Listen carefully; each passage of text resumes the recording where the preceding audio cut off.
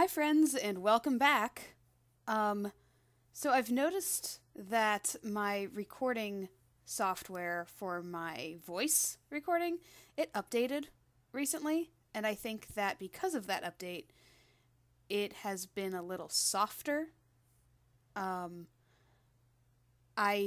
have tried to fix it, so hopefully it's not too much of a problem, and since it just started with this case, hopefully it's something that we'll just get used to. Anyway, we're playing Phoenix Wright Ace Attorney Justice for All, the second game in the Ace Attorney original trilogy. We are on the fourth part of the last case, which means that we are still in the courtroom. We need to get a not guilty verdict for Matt Engard in order to save Maya from the killer. And, luckily for us, Adrian Andrews is our prime suspect, and she is about to take the stand right now. Also, in other news, Edgeworth is super chill today. It's like he just kind of letting everything play out as it will.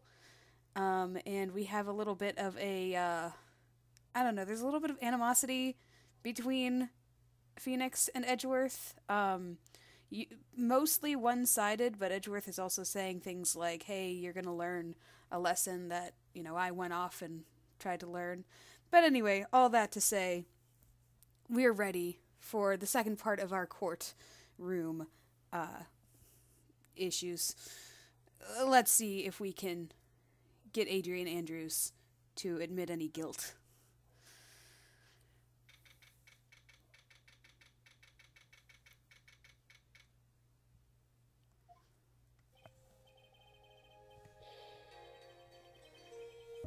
Dude, I can't believe that Adrian... No way. Not cool and collected Adrian Andrews. She is your manager. It would have been very easy for her to pull this off. The only person who had easy access to the knife you used at dinner was, well, her. So after the ceremony during the break, huh? I was sleeping like a log the entire time. See, she could have also easily planted that blood-covered button in your hakama.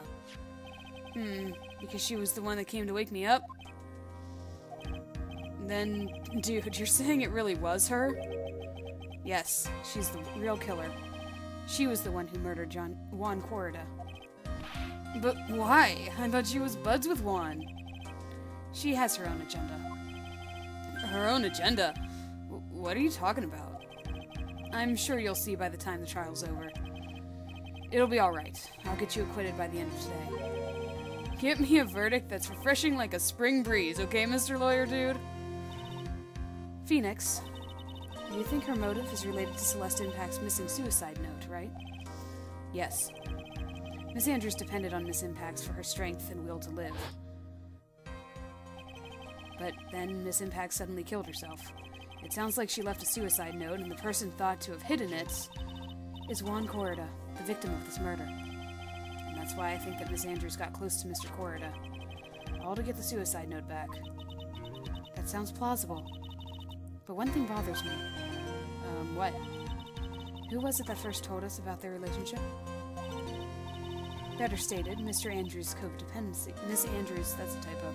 Codependency with regards to Miss Impact's. It was Edgeworth. Looks like he's still the one in command of the ship. Don't let your guard down yet.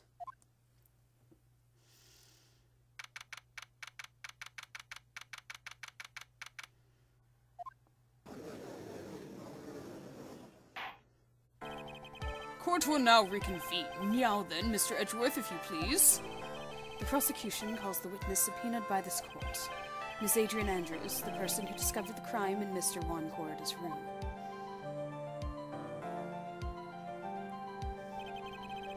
What is your occupation?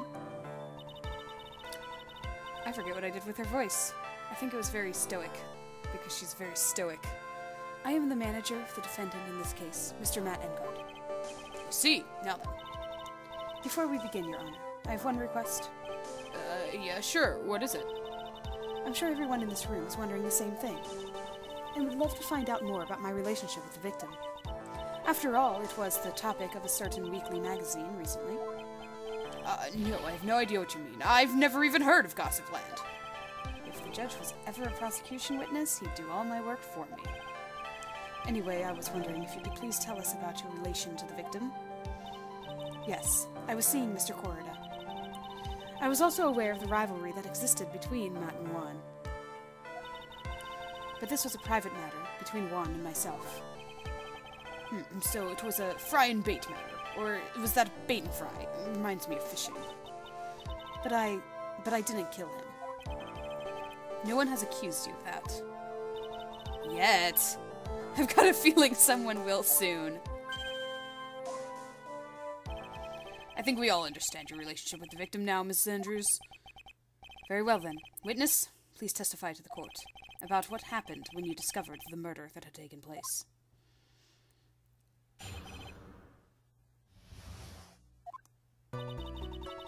It was time for the show to start, so I went to get Matt from his room. After that, I went to Juan's room. And there was his dead body. I was in shock. What I saw was, naturally, the exact same scene as in the crime scene photo. I felt as though I was about to faint, so I poured myself a glass of juice. Really? You poured yourself a glass of juice? Yes, sadly, I didn't remember not to touch things at the scene of a crime, and I disturbed the crime scene by moving this one thing. And that is when the fingerprints on the wine glass were made, Your Honor. I see. Well, Mr. Wright, you may cross-examine the witness. Phoenix. She's one cool and collected customer, and she has the brains to match. Yes, I know. In order to catch a person like her, you have to avoid head-on confrontations. You should disrupt her pace. Disrupt her pace? She's the type of woman who is easily thrown off by things inconsistent with her thinking, so you have to attack when she least expects it. The instant you let up on your offense is the instant this trial is over. Understand?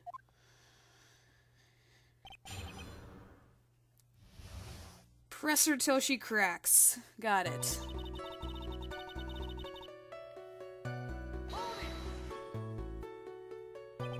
And what was Mr. Engard doing at the time? He was taking a nap. He was worn out from his mini-performance as the Nickel Samurai during the ceremony. Mr. Engard did say he was taking a nap. Then I guess you could say it could not have been taken out of his room, yes? What? Excuse me? It? What are you... Right, I thought years of school would have taught you how to construct a sentence. If you can't make a sensible sentence for the subject, then I'll make one for you. Watch. Did you, Miss Andrews, remove Mr. Engard's knife from his room? No. Subject, verb, object, right. Did you skip basic grammar? The witness may continue.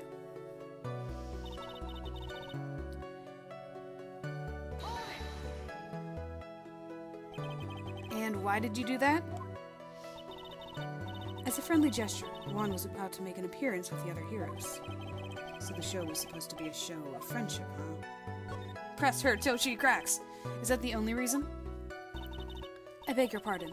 What are you implying? You had a certain goal in mind when you started to get close to him, correct? So perhaps you had more personal matter to discuss with the victim? Sorry, but I didn't have any such intentions in mind at the time. Can't get her to talk without a strong piece of evidence, I guess. May we continue now? Witness, what did you see when you got to his room?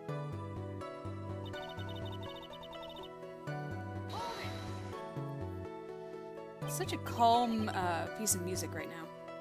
You were in shock? What? Was I not supposed to be?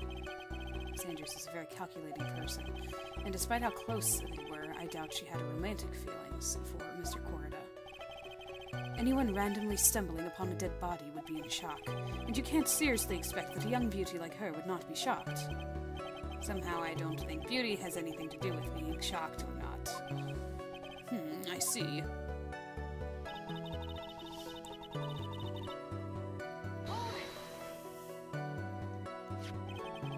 This is the photo you're referring to, correct? Yes, the one with the knife lodged into his chest. And the guitar case was like this too? Yes, it was open and empty, of course. And then what did you do next, witness? I felt as though... Okay. I forgot to go through the evidence with us, so I'm gonna do that before I press any further here. We got the Nickel Samurai. Press conference ticket about the post-ceremony stage show. Oops. Our way of contacting the killer. Lotta's camera. Old bag had it. Here's the gossip.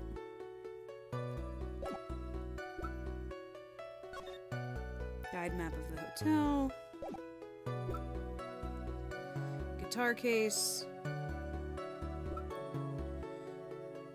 Wine glass. So many fingerprints. Crime scene. Button. Suicide report. Attempted suicide report. Autopsy report. Knife.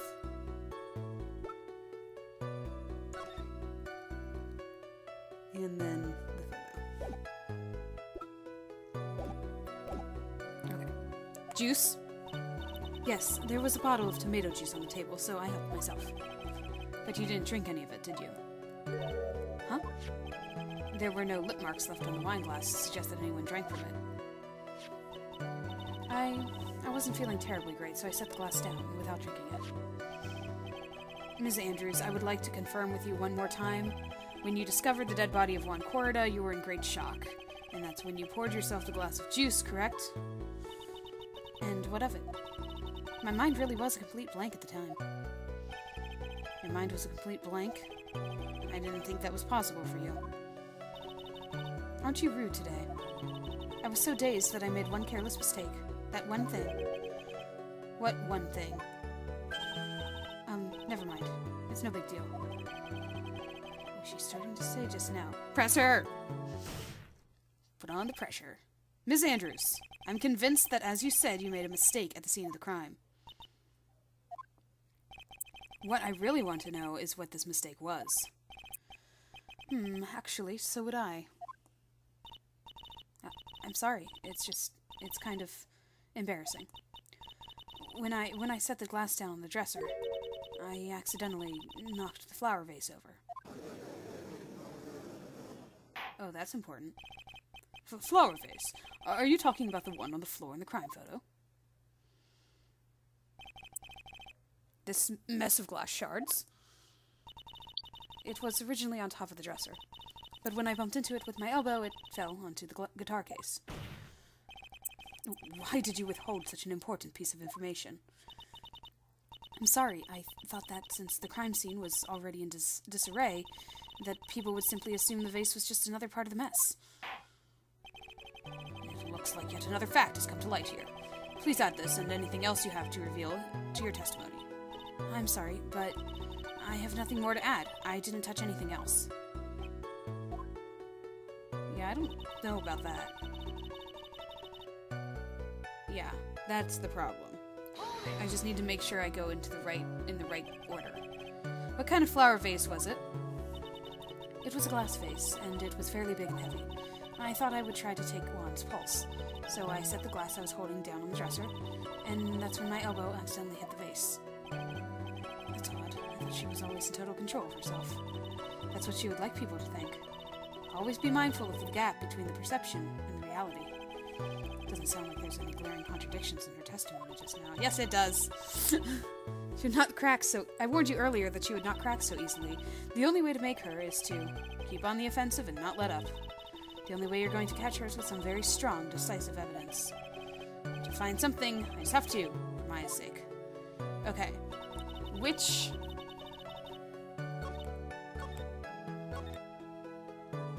The exact same scene as in the crime scene photo is what I don't like. Because of this sentence, though. So what's the... I think it's think it's this one? I think this is what I need to do here. Because if she spilled the vase in the exact same... Like, the guitar case is open. So, if she spilled the vase, and she saw the exact scene, the water would be inside, but it's not. It's outside. So... I know I'm on the right track, I just don't know how to prove it. So, we're gonna give it a try. Yes! Okay. Again, slowing down, playing like a noob as I play this case for the second time. I feel like this is the second time I've played this case. I don't know. I might have played it twice. I'm not sure. I don't remember. You testified that you knocked the flower vase over. Is this correct? Yes. And are you sure it fell onto the guitar case? Is there some problem with what I said? It's not some problem, it's a major problem. It's true that the top of the guitar case was wet with water. However, that's exactly what is so strange. Miss Andrews, you testified that the vase fell onto the guitar case. However, if that was true, the case should have gotten wet on the inside, not the outside. That's very true. Furthermore, there is one other strange thing about this guitar case. And what's that? Let's take another look at the crime scene photo. The remains of the vase are scattered on the floor. And what's wrong with that? If the guitar case was open when the vase fell, the glass shard should be inside, not outside the case. Oh. What is your point, right? That the case was closed at the time the vase was knocked over? Is that all? No. Think back to what Miss Andrews testified to. She said that other than the vase, she didn't touch anything else. Yes, that's right. She did implicitly say she didn't touch the guitar case. But this whole matter with the guitar case is a dead end. The bright red guitar was found at the studio. It had no bearing on this case at all. That may very well be, however, an empty guitar case does seem to have no relation to this case. It seems that there is no deeper meaning to the guitar case. Well, Mr. Wright, do you think we need to hear more details about the guitar case? The empty guitar case... I believe this is a crucial piece of the puzzle. I can't believe anyone would reach for straws like this, but it is you. I can't believe I'm doing this either. Alright, I'll follow along, for now. Miss Andrews, please testify to the court about the guitar case. Yes, Your Honor.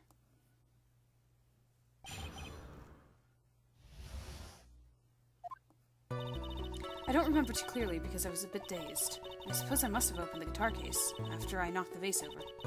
It's not a big deal though, right? The case was empty after all.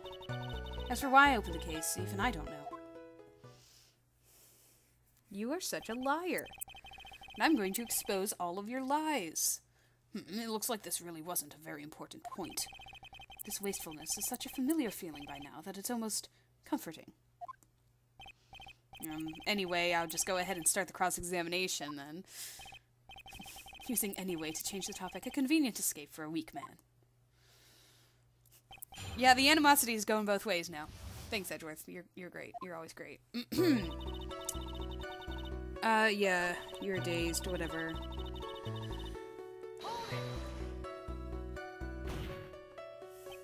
So you opened the guitar case then? Yes, well, maybe. Why did you open the guitar case? Huh? Mr. Corrida's dead body was right there in front of you, wasn't it? I would think that the first thing you would do is call for help, not open a guitar case.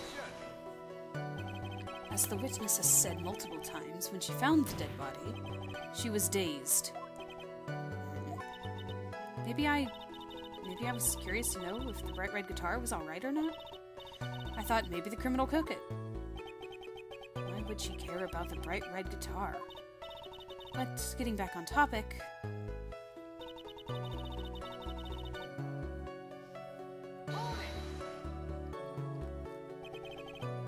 Was it really empty?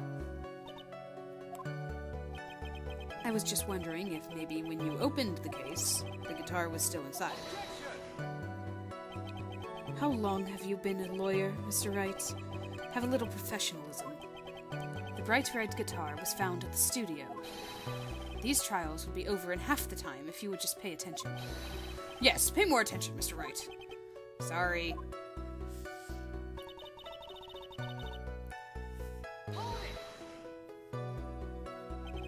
Was that because you were shocked and dazed at discovering the victim's body?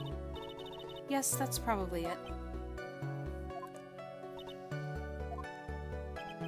I'm not going to get anywhere if I continue pressing her like this. The only way to make her talk is with evidence. I guess I should give it a try. Come on, Phoenix. We can't afford to let up on her now. I wasn't planning on letting up, but she's at her weakest now, so now is our chance. Yeah, if we had a weapon to hit her with. I'm sure a weapon is hiding somewhere in the court record, waiting to be found.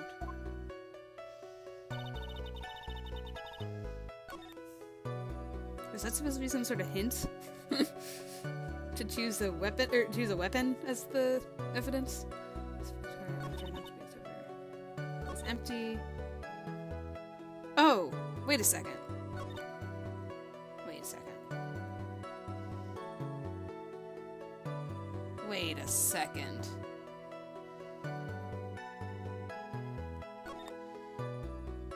If she opened it, why did it only have Corrida's fingerprints, right? Am I presenting the same evidence again? Is this happening again? There's no way you were the one who opened the guitar case. Why would you say that? It's elementary, my dear. Because the only fingerprints on this guitar case are those of the victim. Ah. What is it, Ms. Andrews? You shouldn't assume that I must have left prints just because I touched the case. What do you mean? What if I were to tell you that I was wearing gloves at the time? Gloves? But why would you be wearing gloves at the time? It was the night of the award ceremony, so of course I dressed up for the occasion.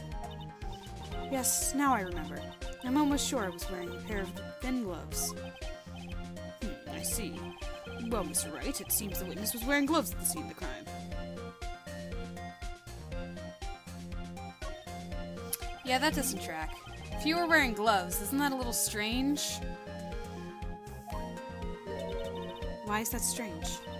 Do you have something that would prove I was not wearing gloves at the time? Yes, I do. I have your proof right here. This wine glass.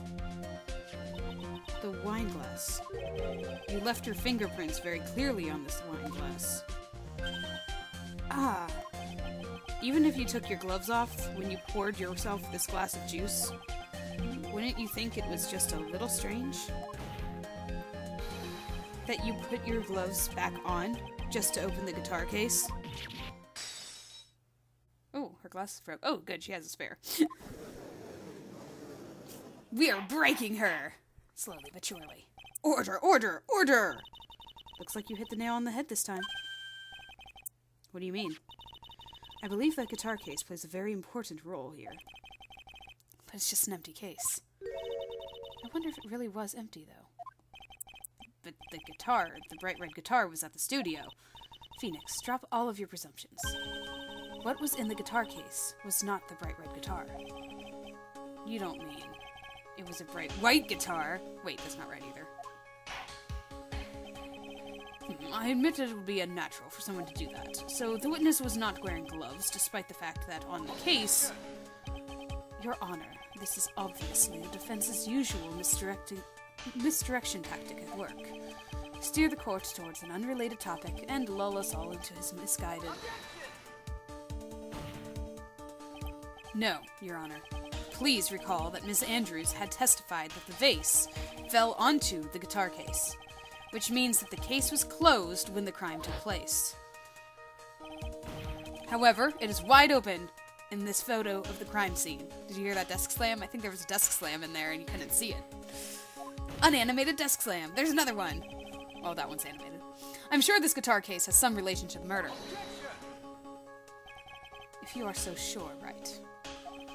Then I'm sure you can somehow substantiate your outrageous claim, correct? Please, enlighten us as to why that guitar case has anything at all to do with this murder. Can you do that, Mr. Wright? Well... Let's suppose for a second that the bright red guitar was not the only thing that could have been in the case.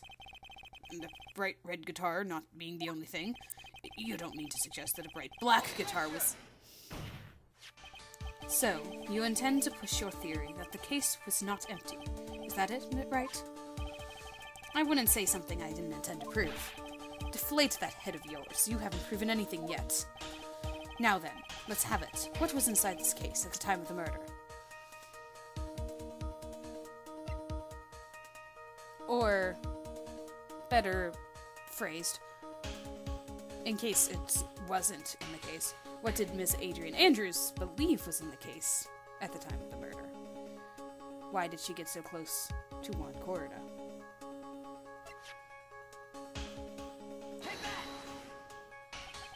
And why would something like that be inside a guitar case, let alone this one? Why, Mr. Wright, why? Oh shoot, did I...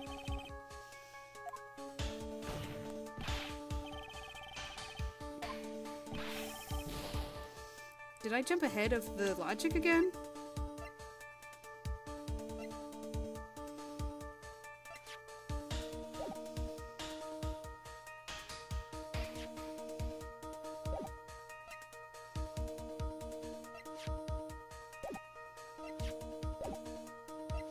What?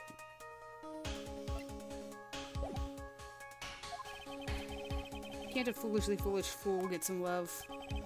Do you still think you can prove your theory? Can you prove that the guitar case was not empty at the time of the murder? Okay, wait a second.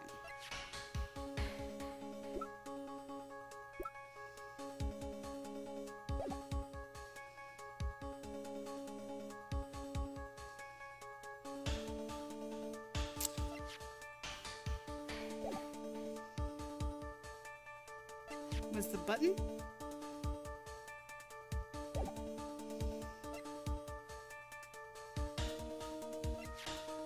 Nope, I'm concerned now. I don't know what I'm going for. What was inside the case at the time of the murder?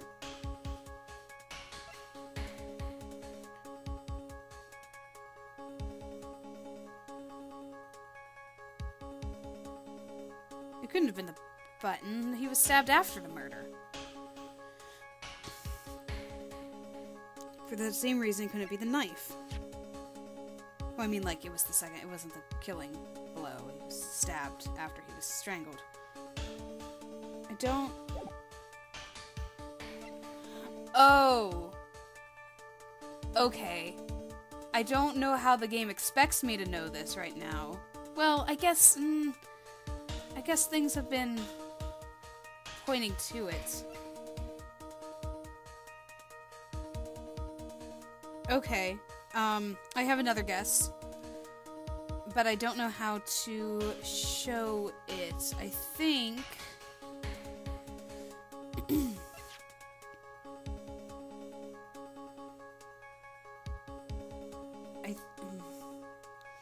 Oh no, I'm sorry guys. I am playing like a noob again. Yep, I am officially convinced that this is the first time, or the second time that I've played this case. Alright. I think this is the way to go. Oh, okay. Alright. So, my train of thinking is, the costume. And, they will explain, hopefully, if my logic is sound, why that is the case, in case you guys didn't, guess it either. This is a photograph.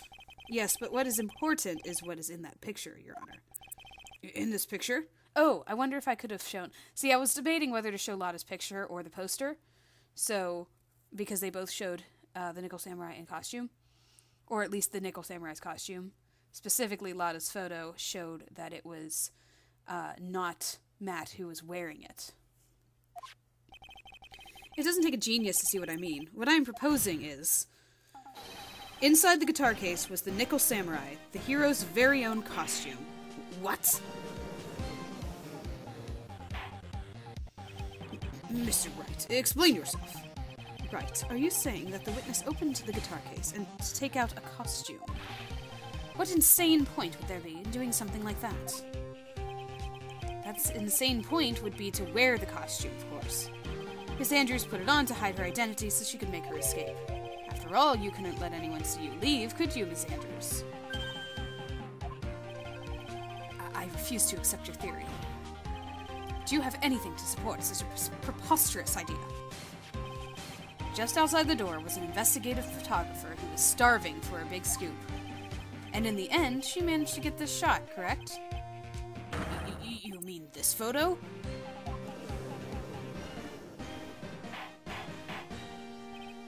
Order! Order! It looks like we've wandered into quite another mess again, haven't we? Nice job, Phoenix. Well, you know my strategy. Speak first, think later. So the real murderer was hiding inside a costume. Wait 1 second, Your Honor. The Nickel Samurai's costume would have been Mr. Matt Engard's. Why would something of the defendant's be in the victim's room? And inside the guitar case, of all places? True, and that is a little baffling. Mr. Wright, the court would like to hear your thoughts. Okay, now!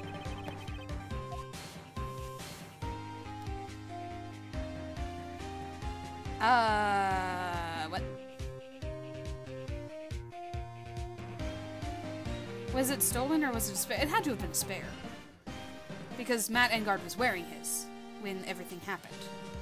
So, it was a spare. Mr. Engard did not take his costume off during the break period. In that case, the costume we are talking about was a spare one. What? Then are you saying that on the night of the murder, there were 2 Nickel Samurai costumes at the Gatewater Hotel? Yes, that is what I am saying. And how do you explain the costume that was inside the guitar case? It would mean that the victim himself had planned to bring the spare to the ceremony. But why? The victim, Mr. Koruto, was the Jammin' Ninja. Why would he secretly bring the Nickel Samurai spare costume with him? What could be the reason behind such a peculiar act? Ah, so that's what he intended. What are you mumbling to yourself about now? Have you just been rambling all this time without any sense of inner monologue? Huh? No, I just... Mr. Wright, please explain yourself. Why did you think the victim had the Nickel Samurai spare costume? Okay, this is what I was referring to earlier, if I said it out loud. I don't remember whether I said it out loud or kept it to myself. Phoenix, are you sure you can explain this one? Think carefully before you answer, and then answer with gusto. I believe in you. Alright, this is what I think. The reason the victim brought the Nickel Samurai's spare costume to the hotel was... Again, I'm sorry if I had already stated this because I was thinking of it in the process of doing all that, but I don't know whether I said it out loud. Anyway...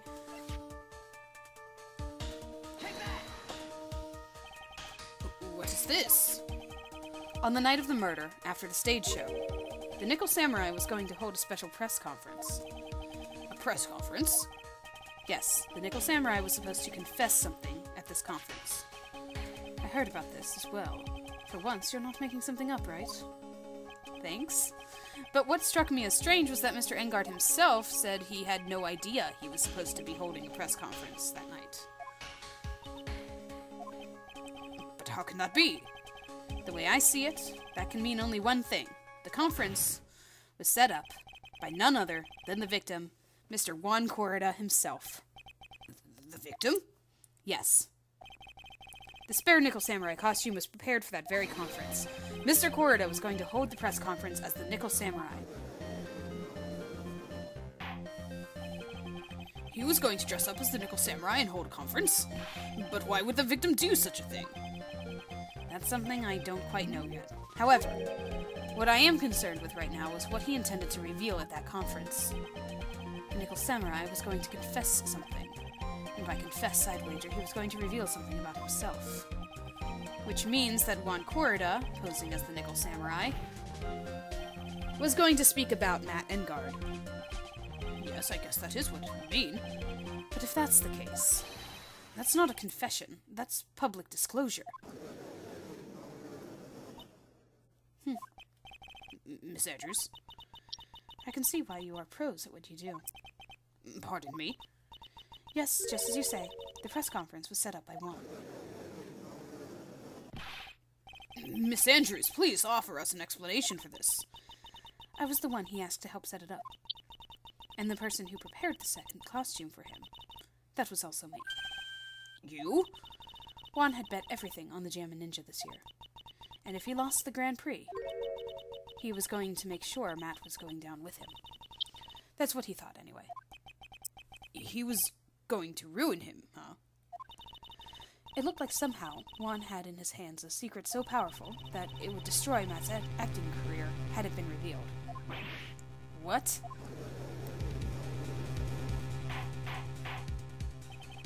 And you know what the secret of Mr. Engard's was, Mrs. Andrews? That's something only Juan knew. I don't know what it is. Ah, I see. I've probably been coming off quite suspicious to everyone, but that's to be expected. I've been trying to protect Matt, after all. Protect Mr. Engard. And yet again, another strange bit of truth comes to light, it seems. Ms. Andrews, if you could, please tell us the truth about your behavior. Yes, Your Honor. I understand.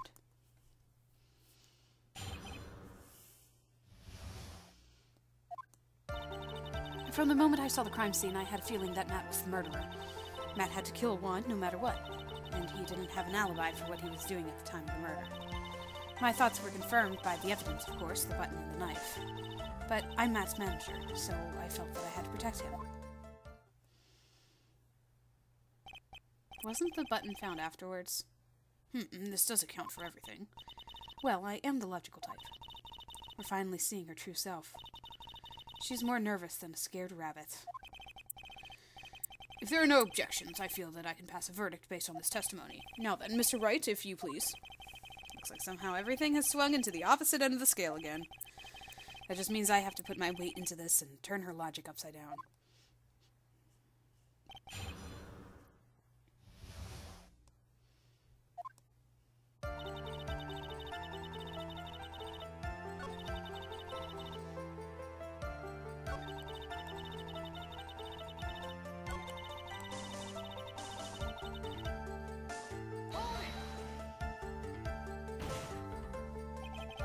You can hardly call the knife decisive evidence.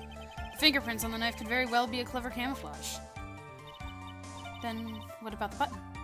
The button. It's clear from the crime scene that the victim and the murderer fought. And during the fight, the killer ripped the button from the Jammin' Ninja's costume. You're talking about this button, correct? That button was found in the pleats of Matt's Hakama, isn't that correct? I would think that makes it very decisive evidence. Merc. Looks like you were outfoxed again, Mr. Wright. Anyway, the knife doesn't prove a thing. Please fix your testimony. I can't stand the sight of a man who can't gracefully accept his defeat. Thank goodness Mia can still look at me. With an icy stare, yes. Ms. Andrews, for Mr. Wright's sake, please add this information to your testimony.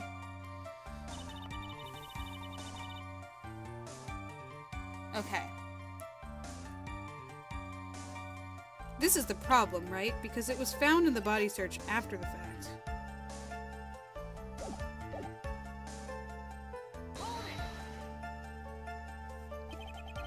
And how do you know that? When the ends of the threads of the button and the costume were matched up, they were found to fit together perfectly. Or so I heard. I've heard that before, too. But why would Miss Andrews know about this case down to such a fine detail? How indeed. Don't look at me like that. Just because I'm prepared and you're not. I thought I had her this time for sure. If there's anything to trip her up on, it has to be here. Where and what?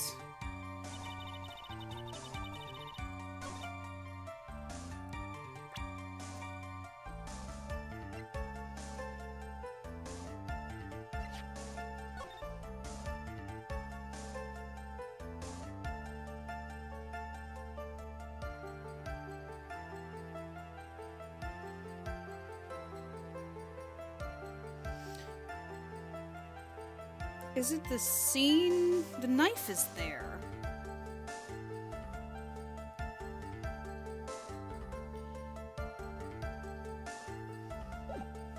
Hmm.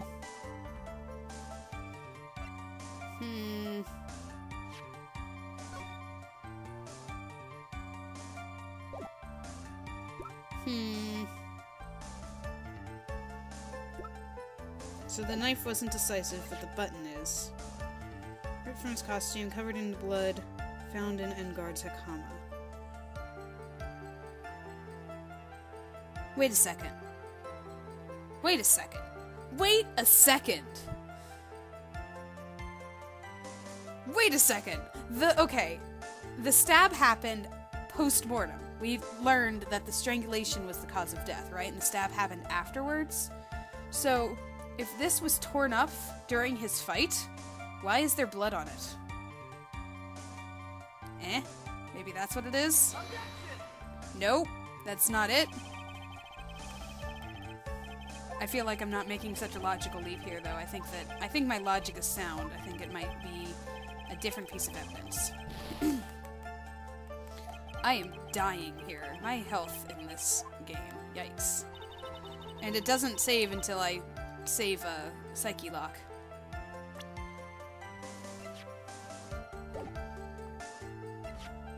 Okay, I think my logic was sound. I think it was fine. Oh my gosh. Okay, I think I need to press more things.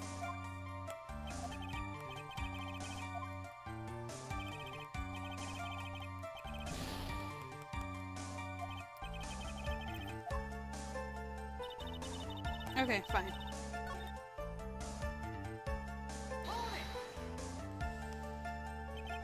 But what you really did was stab the guy in the back, didn't you? And at the worst possible time. Who's to say she really stabbed the guy in the back, as you put it? This witness could have disclosed things about Mr. Engard at any time. Why, then, would she wait until there was a large audience before doing so? It's the same reason why Mr. Corrida planned such an elaborate conference. Miss Andrews wanted to cause Mr. Engard as much damage as she possibly could. This witness bears ill will toward the defendant. This isn't the Phoenix Wright wax philosophical power hour. And please stop slandering the witness. As I expected, Miss Andrews' testimony seems pretty solid. Really, because to me it sounded a little wishy-washy. Wishy-washy? Well, I guess we'll see if I press a little more. You should know this by now. But you'll need strong, decisive evidence to make her talk. Got it, Chief. I'm going to pin you down this time, Miss Andrews. Okay, okay.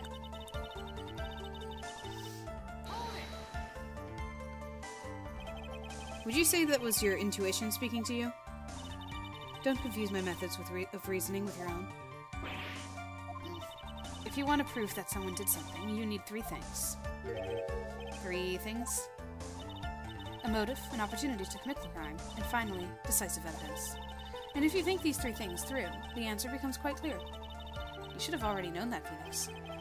They didn't teach that to us in school, at least not from what I remember. May I continue now? Matt had to kill Juan no matter what. Why? So would you say this need came from the press conference? Yes. Do you know why Juan chose that event and that hotel for the conference? Because that was when he could cause the most damage to the public's beloved Matt Engard. And you knew of this plan, didn't you, Miss Andrews? Yes, because I was the one who set up the conference and prepared the costume. But I'm sure Mr. Engard himself didn't know anything about a press conference. Oh, really? Can you show me any proof that he didn't know about the press conference? Anyway, the important thing here is that this information was not in your testimony. I agree. Mrs. Andrews, please correct your testimony if you please. Grasping at straws now, are we, Mr. Wright? I know what his motive was, but I don't have any way to prove I'm right.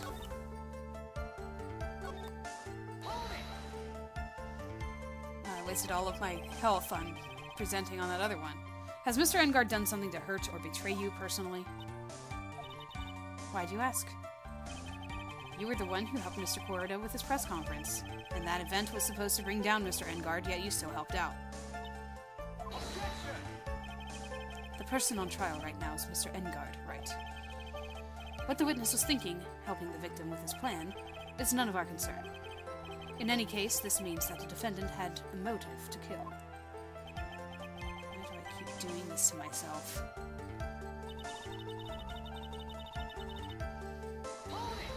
And he was sleeping during the murder. Didn't you already testify earlier that Mr. Engard was taking a nap in his room? Are you telling me now that that, too, was a lie so you could cover for Mr. Engard?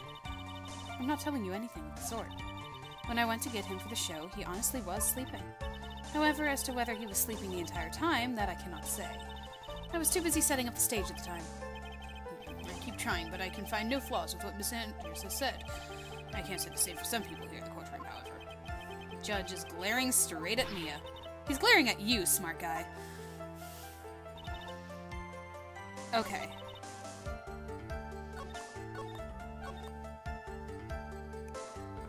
His motive was the press conference. Oh my goodness, this is ridiculous. I can't, ugh. Okay.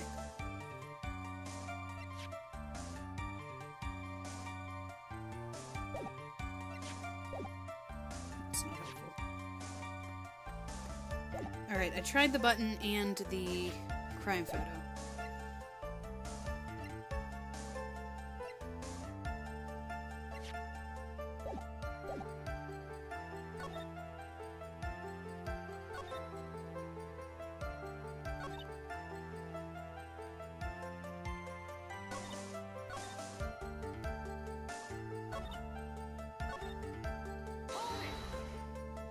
Here's one of those you have to do it in a certain order thing. Or not.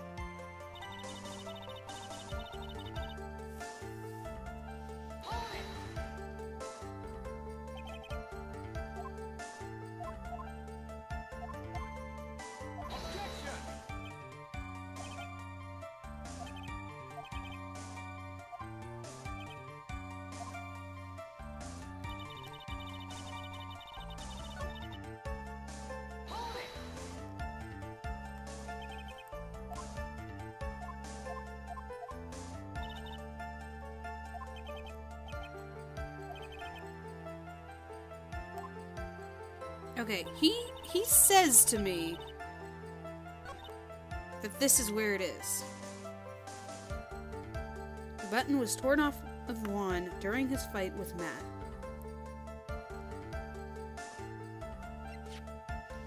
That's not helpful. That's not helpful. That's not helpful. No, no. I already tried presenting that, and I tried to present that. These have nothing to do with it.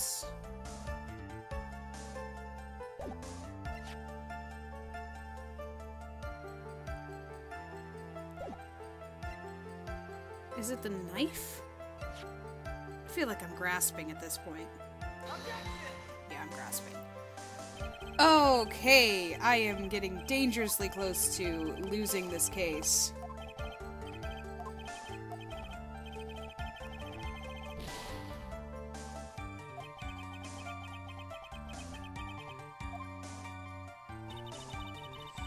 Button was torn off of Juan during his fight with Matt. What's the problem there? I'm gonna go through the press again.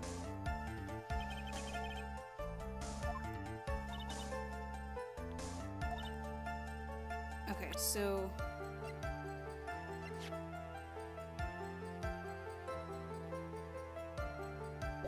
Is it the autopsy report? Is it my point?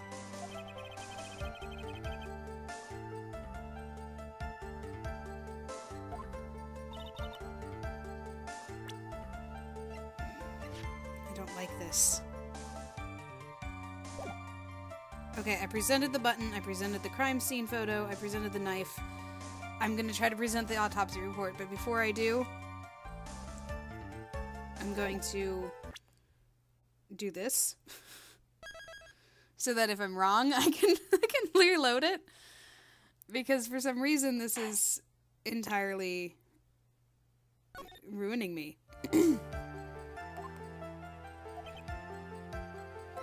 Okay. Also, way to save it whenever my health is, like, super low. Instead of when it was, like, halfway, and then I could, you know, use Psyche Locks to heal myself. Oh my gosh, what do you want from me, game? And jump cut. Alright, so turns out that I was right on my 4th attempt. I must have misclicked. I can go back in the recording and figure it out. What I did to misclick, but I wanted to show the autopsy report because he was strangled first and then stabbed and then the blood on the button and all that stuff. That was my fourth try, I guess, with what to present. And as I was just going through, I just randomly presented it again just to make sure. And hey, lo and behold, it works. So, again, I must have misclicked somewhere when I did it the first time. Sorry about that, even though you didn't really see... Well, you saw me scrambling around a little bit. But I jump cut for a few minutes because it was becoming ridiculous. But I got it. This is it. I know that I put this out there. Anyway, this is the victim's autopsy report. It clearly states that the cause of death was strangulation by a scarf. Strangulation. The knife stab to the victim was done after the victim had already died. Okay, again, my logic is sound. It's just a matter of which evidence to present. And what does that mean? Let's examine the evidence. This button has the victim's blood on it, which would mean that it was ripped off of the costume when? After the knife was stabbed into the victim. Exactly. Which means... Okay, so why couldn't I present that game? I had that same... Okay. It's fine. It's fine. Sometimes the game's logic isn't, you know, attuned to your own. The point is, I knew what I was doing. It is impossible that this button was torn off during the victim's final struggle, because the victim was strangled to death in that fight. Ah. That's right, Miss Andrews. There is no way this button was ripped off during the struggle.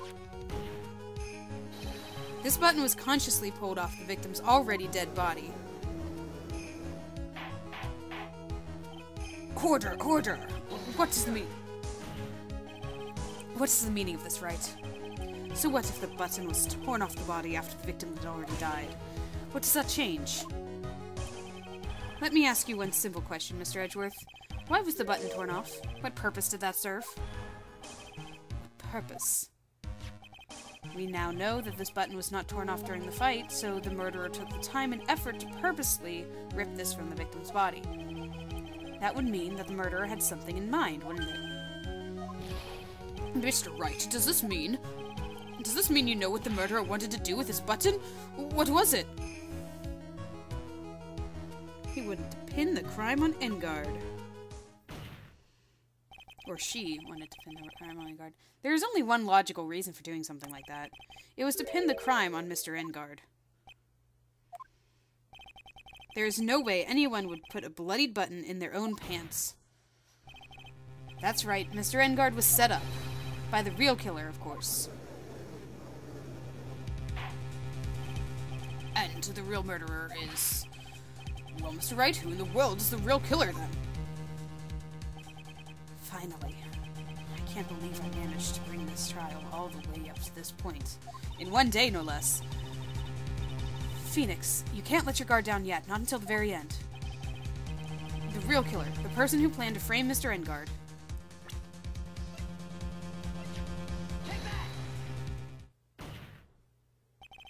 Miss Adrian Andrews, I choose you. You are Mr. Corrida's killer. What?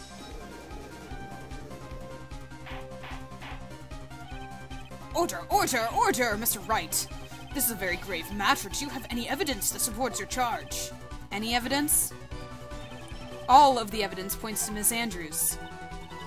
How preposterous. You can't stick any of that on me. I can't, can I? Would you care to test me? Then what about this knife? The The knife was used to stab the victim after he had already been strangled to death. It was used to throw suspicion onto Mr. Engard naturally. The knife covered in the defendant's fingerprints could only be taken from his room. And the only one who had dinner with him and knew which knife to take was you. She has so many spare glasses. Then, what about the button that was found in Matt's hakama? We just went over this. This button was removed from the victim's body after he had already died. The only people who could have done so were the person who found his body or the killer. However, if Mr. Engard was the real killer, there is no way he would have put such an incriminating evidence in his own hakama. So many glasses! The only person who could have put this button into Mr. Engard's hakama is the person who went to wake him from his nap, which is you, yet again, Miss Andrews. I see. What about the empty guitar case? That's also another piece of evidence that incriminates Miss Andrews.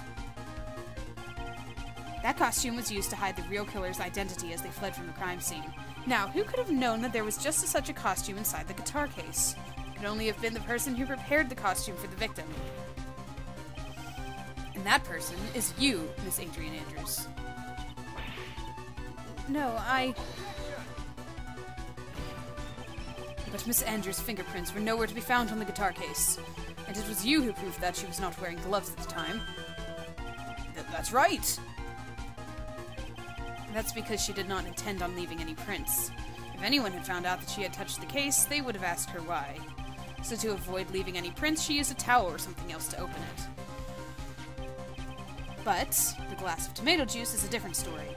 Miss Andrews purposefully left her fingerprints on the glass to show that, yes, indeed, she was the classic dazed discoverer of a dead body. And to top it all off, there is this photo. A photo of the killer as they exited the scene of the crime. No reasonable person on Earth can believe this nickel samurai is Mr. Engard. He would be much too short for his own costume if it was him. Speaking of how tall people are, Miss Andrews, you're also kind of short in stature, aren't you? Please, stop. Well, how about it, Miss Andrews? I've got her this time. Miss Andrews? I refuse to testify. What was that? There's a law. It says I can't be forced to testify about something if it can incriminate me. Well, yes, you are absolutely correct, Miss Andrews. The law does provide us with a way to avoid self-incrimination by allowing a witness to not testify if the testimony can cause damage to themselves. What? Pleading the fifth is not something most people would think to do on the spot. Actually, thinking back to yesterday in Mr. Engard's room.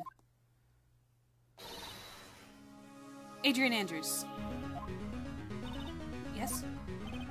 Think hard about what we just discussed. Understood? All right.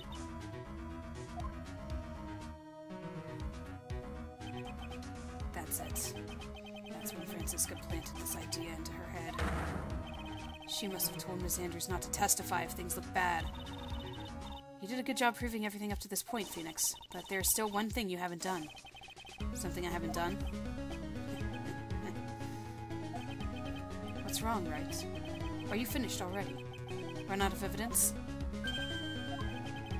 What's so humorous, Mr. Edgeworth? I'm sure you realize this as well, Your Honor. But everything the good lawyer here has proven up to this point is meaningless. What? Everything you have proven is circumstantial. Circumstantial. Yes, circumstantial. You have yet to provide a single piece of definitive proof. Proof that Miss Andrews did in fact harbor a wish to murder Mr. Corrida.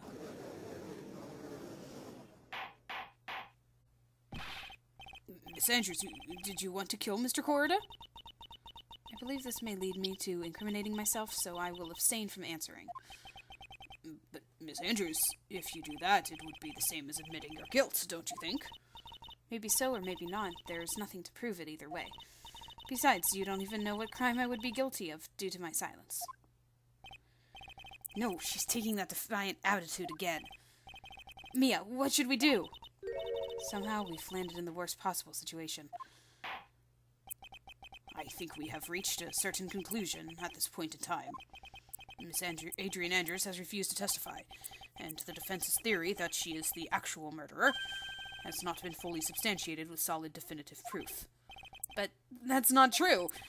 In this situation, there is only one thing this court can do, and that is to declare recess.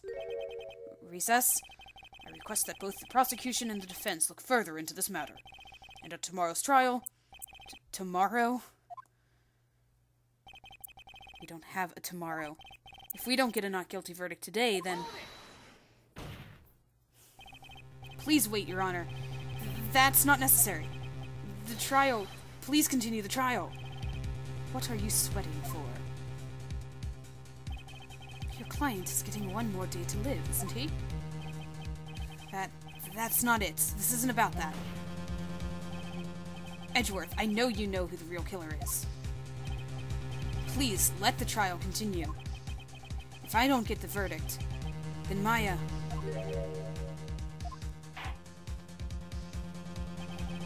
But it's impossible to continue as long as the witness refuses to testify. Now then, this court is... Edgeworth? It is not impossible for this trial to continue. Mr. Edgeworth, what are you... It's true Miss Andrews holds the right against self-incrimination. However, if the topic of conversation were something unrelated to whatever she may be guilty of, then she has no right to withhold testimony. Yes, that's very true, but... Actually, there's one little thing that I'm curious about. Miss Andrews, when you found the victim's dead body, you poured yourself a glass of juice. Yes, and I can't help but think how unnatural that is. Usually when one finds a body, they are shaken up, not stirring a glass of juice. So my actions were unusual, but I've already... Before you speak, I want to state that if you have a reason behind your actions, I would like you to testify to that effect. Testify? Your Honor, I would like to request that the witness testify again as to what happened when she first discovered the victim's body. Whatever we find out on this testimony should in no way implicate the witness. I don't know what it is about Edgeworth today, but I can't get a good read off of him.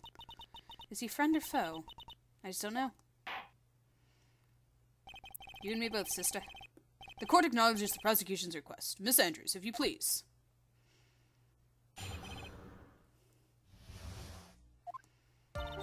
That glass of juice, I didn't really pour it for myself. I was surprised when I walked into the room and saw it in that messy state. And Juan, he was sitting slumped over and tired looking in the corner. When I saw him sitting like that, the thought that he was dead didn't cross my mind. To be honest, I thought he had just fainted or something, so I went to pour him some juice. When I realized that he was dead, that's when I knocked the flower vase over. That was helpful.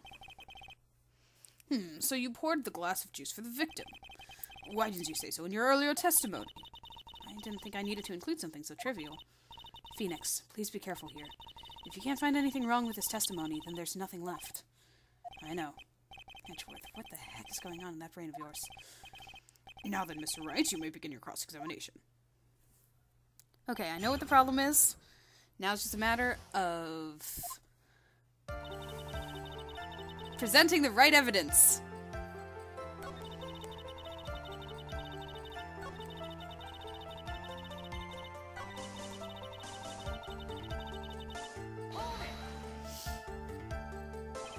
Then what did cross your mind?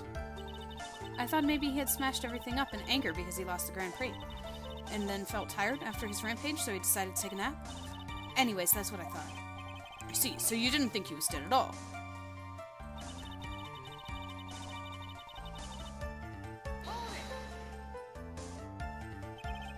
You thought he fainted.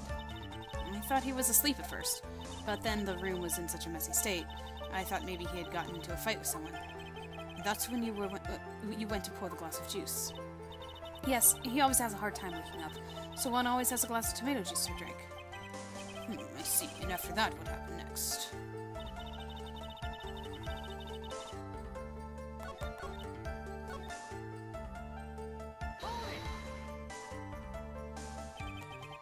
Slumped over?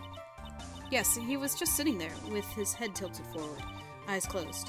He really looked like he was sleeping. Is it just me, or did that right there sound a little odd?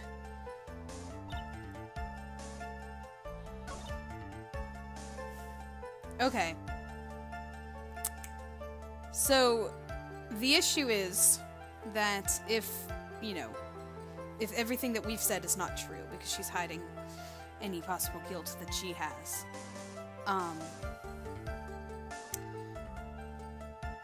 she should have thought that he was dead. She should have known that he was dead. So...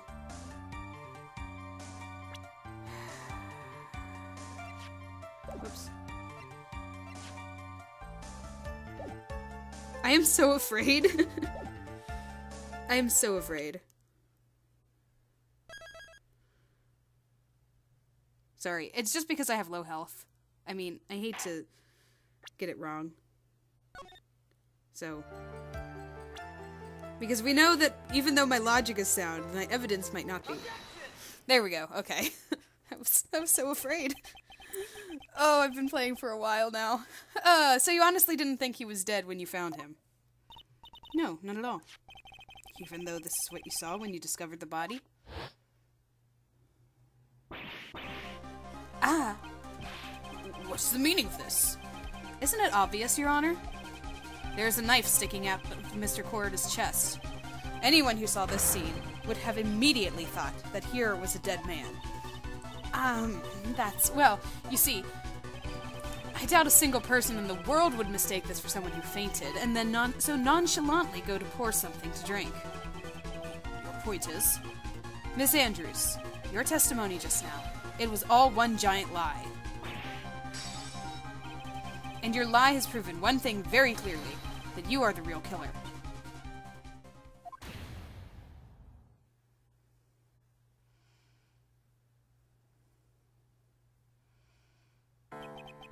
Looks like the defense has somehow brought the ugly truth to light. The defendant, Mr. Matt Engard, is not guilty after all. Is that a verdict? Can I take that as a verdict? But that's impossible. You're wrong. Miss Andrews, try to have some composure. It wasn't me. It wasn't me, I tell you. It was Matt, I swear it. He was the one who killed Juan.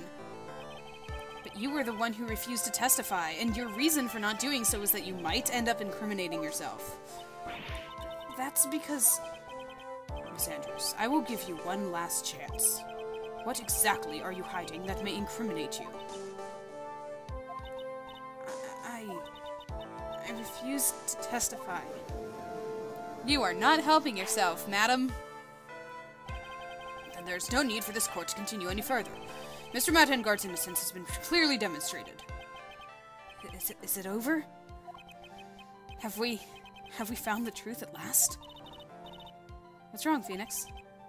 Usually the real killer confesses his or her guilt.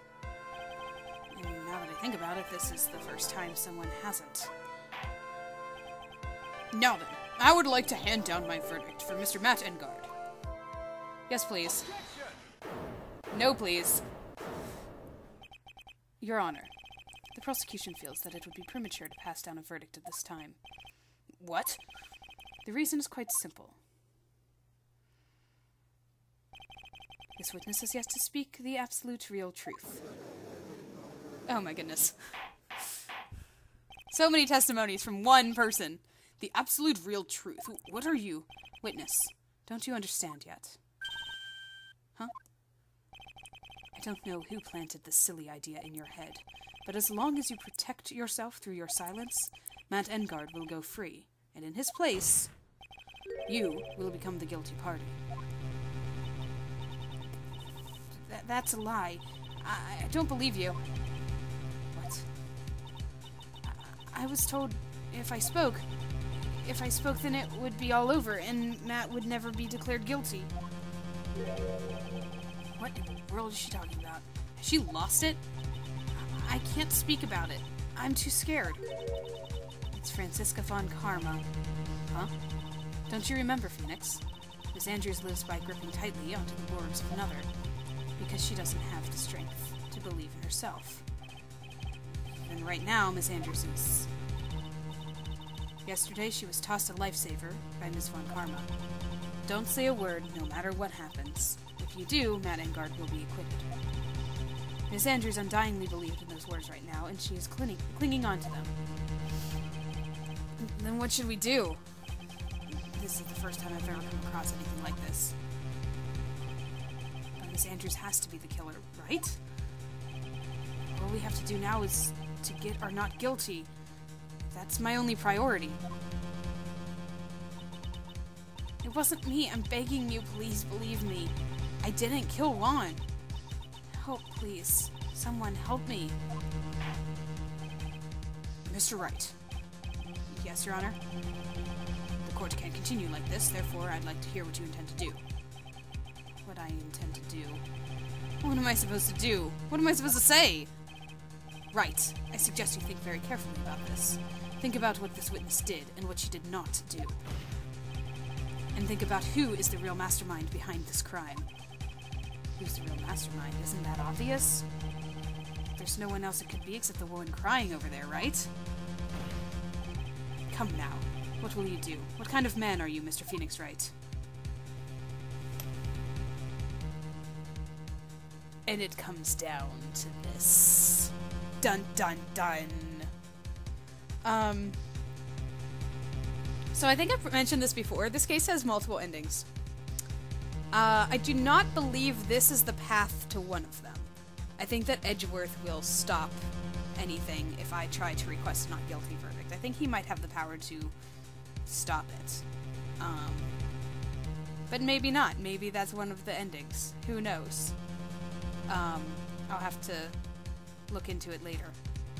But for the time being, we're going to do it for real here. And we're going to force Andrews to testify. I have to win a complete acquittal today. There's no way around that.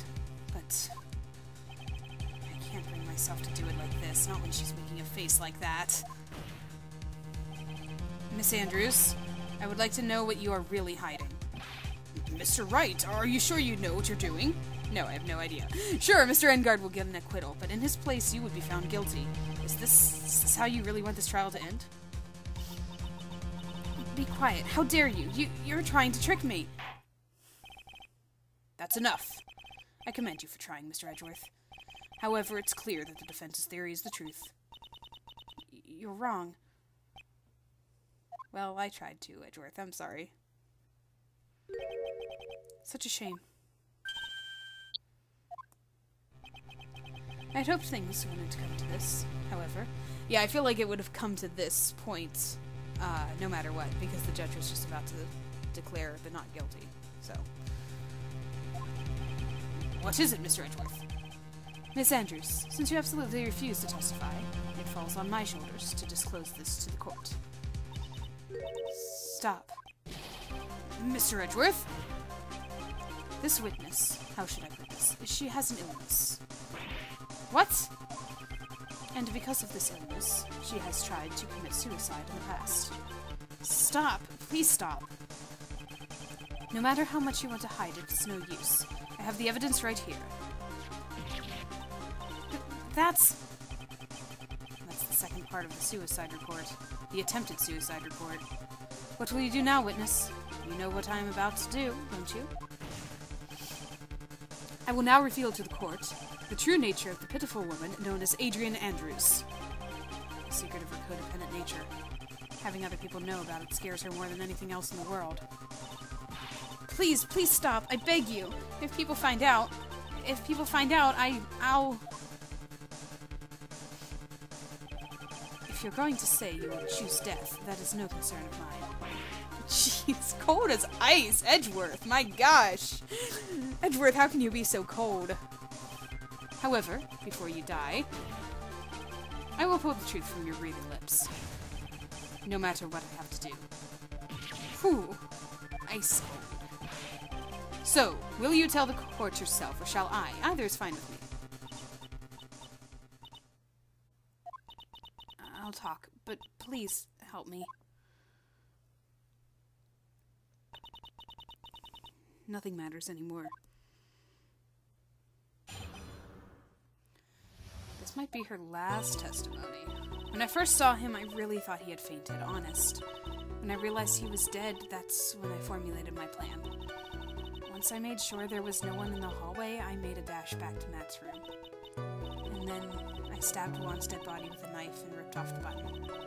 Just when I finished and was returning to Matt's room, I had a bit of an inconvenience. And that's why I ended up using the nickel samurai costume. Stabbed the body with the knife? But why would you do that? Isn't it obvious to pin the blame on a certain person? A certain cowardly man. What do you mean by all of this? It might take this court a little while to understand, but this is the truth. The real killer is Matt, that scumbag of a man. I'll never forgive him. He's trying to escape his guilt again, just like last time. Last time? So, Miss Andrews stabbed the victim, Juan Corrida, in the chest with a knife. However, she didn't do it with murder in mind.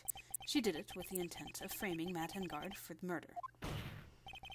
And this is her crime. Tampering with evidence in the crime scene. What? How is this possible? I mean, wasn't Miss Andrews supposed to be the real murderer? Mr. Wright, please get over your shock and commence the cross-examination. She's actually being truthful this time. I don't think I have anything to present. Guess we're gonna press everything.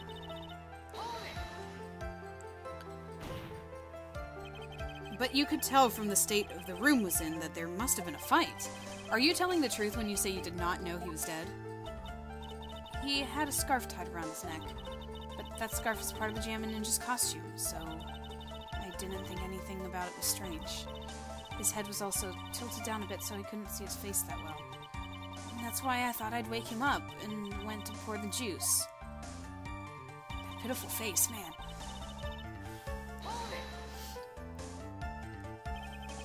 What is this plan you had?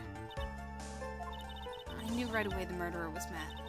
I knew because, one, he was going to expose Matt's weakest weak point to the world. So Matt did this to stop Juan and silence him for good. And that's when I thought I should forge some evidence and pin this crime on Matt. So the forged pieces of evidence were the knife and the button. The first thing that came to mind was to plant the knife.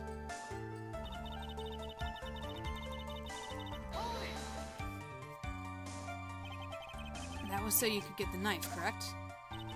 The knife Matt used at dinner had his fingerprints all over it. I thought if I used that, then the police would certainly turn their eyes toward him. Matt was napping with his costume on at the time. I slipped in, took the knife, and returned to the scene of the crime.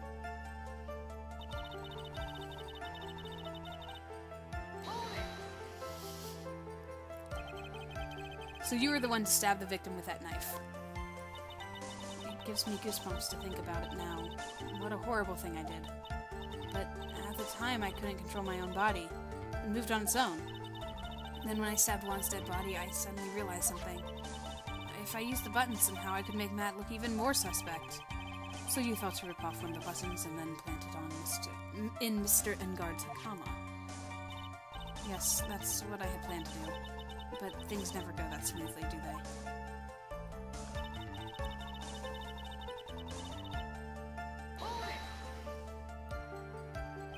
An inconvenience? There was a woman with a camera at the ready, loitering in the hallway. I'm willing to bet my spikes it was Lotta. There was also a woman with a ray gun at the ready, pacing back and forth. And that's Miss Old Bag for you. I had already been caught and made into a big scoop for a certain weekly tabloid once, so I couldn't very well go out looking like myself and get caught again.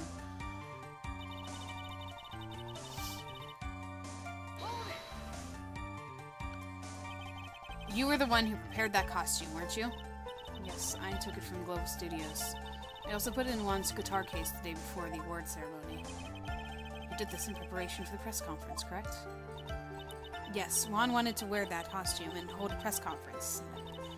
He was going to disclose Matt's big secret there. And what is the secret? That I don't know. Anyway, I thought that if I were to leave Juan's room in the nickel samurai costume, then people would think that Matt was the real murderer. I was very careful not to leave any fingerprints when I opened the guitar case. I absolutely did not want anyone to know about that costume. I think we've heard enough.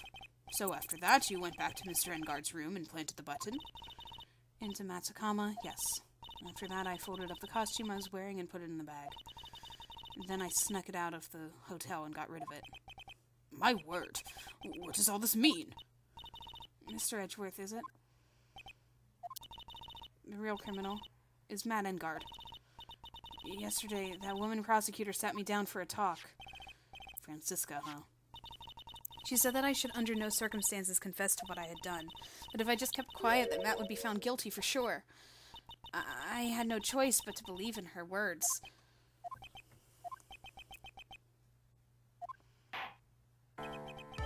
What this witness has done is clearly unlawful. However, as long as her testimony stands, we can be certain she is not the real killer. Wait, Your Honor. The defense still... Right. It's pointless. At this point in time, it is not possible to indict Mrs. Andrews on anything. Well, not on anything. She did tamper with the witness, or tamper with evidence, and, you know, mess with the crime scene. And... Yes, exactly. There isn't a single piece of evidence that points to her as the murderer. The cross-examination of this witness is over, and so is today's trial. You couldn't establish that the witness was the culprit. Please let it go, Mr. Wright. But... Mr. Edgeworth, please place Ms. Andrews under arrest for further questioning. Understood, Your Honor. The prosecution will arrange for her detention immediately. That's all. Court is adjourned for today. Oh, the reverb echo. Pain.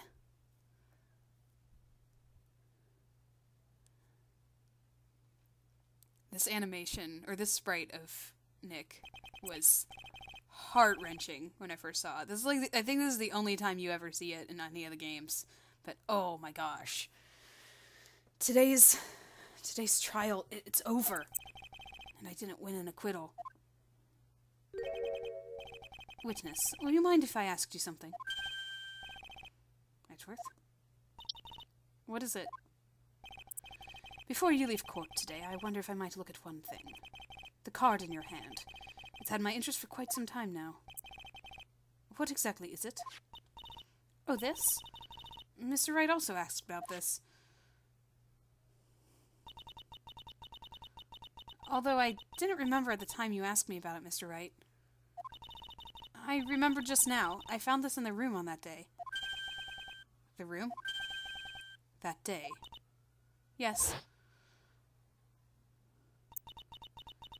I found this card when I discovered Juan's body. It was lying there right next to him. You found that card next to the victim's body? I suppose I must have unconsciously slipped it into my pocket. But it's not as if this card has any relevance to Juan's murder, right? Yeah, I guess not, but it's still a strange card, if you ask me. But as far as a clue to this case, I don't see why. Witness, that card. Give it to me, hurry. Edgeworth does not seem so cool as a cucumber anymore. Edgeworth, do you have any idea what you have stupidly, yet inadvertently done? I can't believe you hid this from me all this time. I didn't mean to. What is this all about? I've never seen such an emotional Edgeworth in my entire life.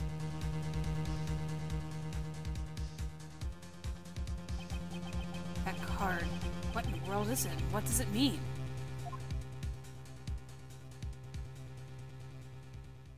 But we won't know until next time! Oh no, cliffhanger! Ugh. Sorry about the runaround, guys. Wow, I do not remember this part of the case being so long. I remember talking to Adrian and then finding that she was not the killer and getting that whole thing with like, oh, usually the killers confess by now, but she hasn't. Yeah, sorry about the runaround there. But you guys saw it, and you guys heard my logic as I talked through it. My logic was sound. And in the end, it was a misclick that did me in. So hopefully the Psyche Locks will be able to heal me in the bit to come. But in the meantime, since we've left off on a cliffhanger, we're going to go ahead and sign out. And since I've been recording for a while, we're going to go ahead and sign out. So until next time, I will talk to you guys then.